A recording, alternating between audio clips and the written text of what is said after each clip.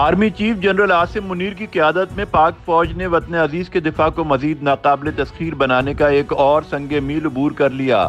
جدید ترین navigation system سے لیس فتح 2 missile کا کامیاب تجربہ کر لیا گیا۔ پاک فوج کے شعبہ تعلقات عامہ ISPR کے مطابق فتح 2 جدید ترین ایویونکس اور پرواز کی منفرد رفتار سے لیس میزائل ہے۔ یہ ویپن سسٹم 400 کلومیٹر کی حد تک اپنے اہداف کو نشانہ بنانے کی صلاحیت رکھتا ہے۔ تینوں سروسز کے سینئر افسران، سائنسدانوں اور انجینئرز نے فتح 2 میزائل کے کامیاب تجربے کا مشاہدہ کیا۔